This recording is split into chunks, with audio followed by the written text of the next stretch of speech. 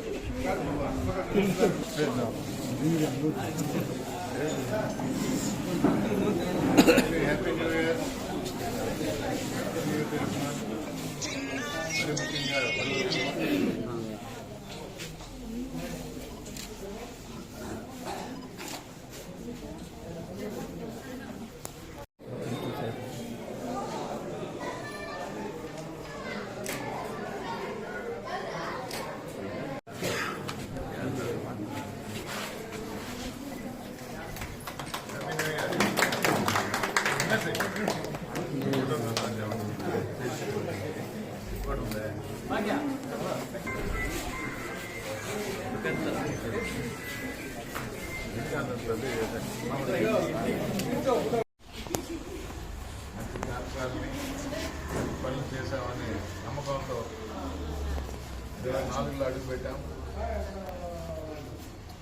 ఈ సంవత్సరం ఇంకా బాగుంటుంది. ప్రజలకు మంచి చేసే ప్రభుత్వం కొనసాగాలి. రైతన్నులు